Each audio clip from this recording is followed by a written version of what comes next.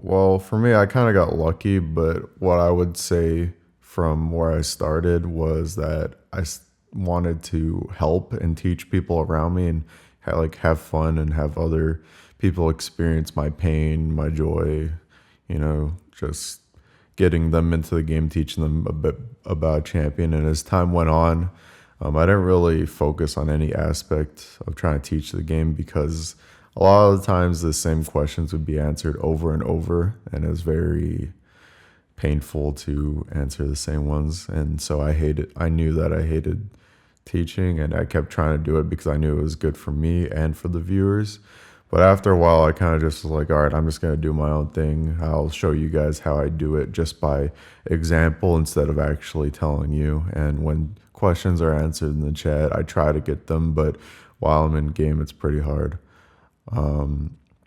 Another thing is not not getting complacent.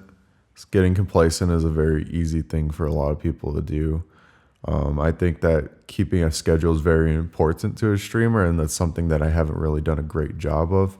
But I think that viewers that watch streams really enjoy long streams, and so doing long streams was pretty bad for my health. So I've compromised with just streaming for like 8 to 12 hours instead of like super long 16-hour stream or more for a day and then just sleep the entire next day.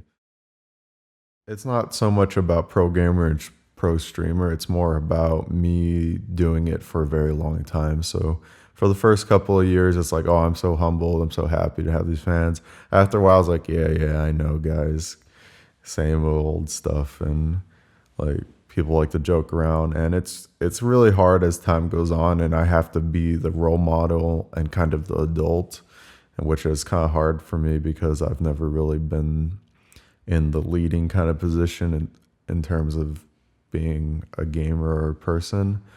And so as time goes on, the reason why I get uncomfortable with the way sometimes some fans or viewers treat me is because to them it feels like they've known me for a long time because they've watched my stream, my pro play, my vlogs. So they feel like they already know me, so they can get very comfortable and friendly with me while I don't get to see all of them.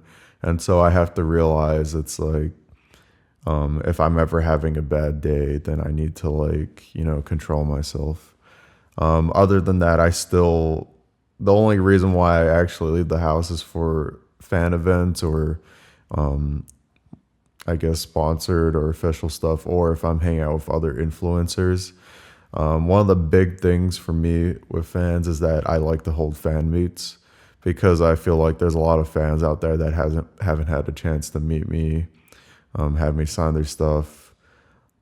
Also, a lot of fans get the impression that I'm always tired, or it's like, do you even want to be here, and that kind of stuff. And so when I go to do fan meets, I want to kind of give them a different impression of more of me being a little bit happier, I guess. I mean, on your Twitter it says, "I just want to sleep." Yeah. So it's a charity stream called Try Hard for Good, and it's also for Make a Wish Foundation. It's also making a push for Heroes 2.0. And so what the plan was for the first week, we get coached by Chew8, who is a Heroes of the Storm streamer and is a very good player. For the next 2 weeks, I try to solo queue, and the higher rank I go, the more I raise for the charity. So we received an email. I think my manager, Justin, knows more of the details. But we flew out to see him, and I played a couple of League of Legends game with him. I went to his house, took a couple pictures. He shared some of his experiences of League of Legends, his masteries, his setups, what he does at school for fun, and just talked and hung out. I ended up adding him on League. I let him know that if he needs any help to message me. And right now he has went from, I'm not sure he's like in bronze, but his goal is to hit gold 5. And he's hit silver recently. So, he's he's getting up there. Yeah, so speaking of that, not only did I want to give them a better first impression in person, but one of the reasons why I've been able to do this for so long without burning out as hard as I have in the past is because there's a lot of people out there that express that, just by me streaming, they've made their, I don't know if they had like a breakup with a girlfriend easier. If they're having a hard time in life, they tell me that my stream being there has helped them a lot. There's a lot of people that have like midnight shifts, and so watching my stream while they're doing nothing kind of helped them into the entertainment value.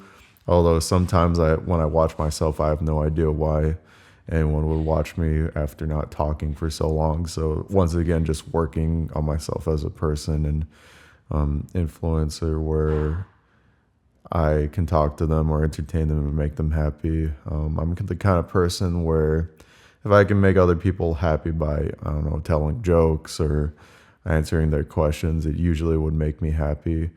Nowadays, I'm a lot more burnt out, but I'm also growing as a person. So it's kind of like racing with each other to see what I should be doing.